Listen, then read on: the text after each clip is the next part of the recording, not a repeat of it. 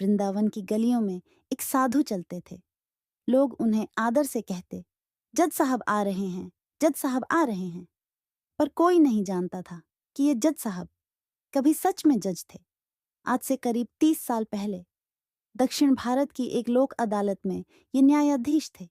एक दिन एक भोला भाला केवट अपनी बेटी की शादी के लिए गांव के सेठ से कर्ज लेता है।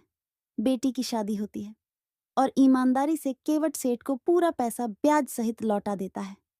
सेठ पैसे तो ले लेता है, लेकिन मन में लालच आ जाता है, रसीद चुरा लेता है और अदालत में कहता है, मैंने तो कोई पैसा नहीं लिया।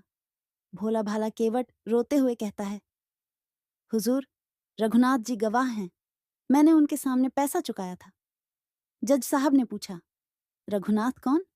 केवट ने कहा, हमारे गांव के रघुनाथ जी भगवान हैं, मेरे साक्षी वही हैं।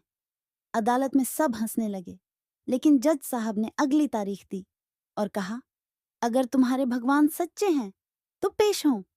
अगले दिन एक दिव्य पुरुष अदालत में आता है और जज साहब से कहता है, सेठ की अलमारी नंबर 33 के बीच वाले खाने में वो रसीद रखी है। जांच होती है, रसीद मिल जाती है। जज साहब स्तब्ध रह जाते हैं। उनके सामने स्वयं भगवान गवाही देने आए थे। उसी दिन जज साहब ने अपने पद से इस्तीफा दे दिया और वृंदावन आकर साधु बन गए। आज भी वे मंदिर के बाहर खड़े रहते हैं। कोई पूछे, अंदर क्यों नहीं जाते? तो बस मुस्कुराते हुए कहते, जब भगवान खड़े थे मैं बैठा रहा, अब जीवन भर खड़ा ही रहूंगा।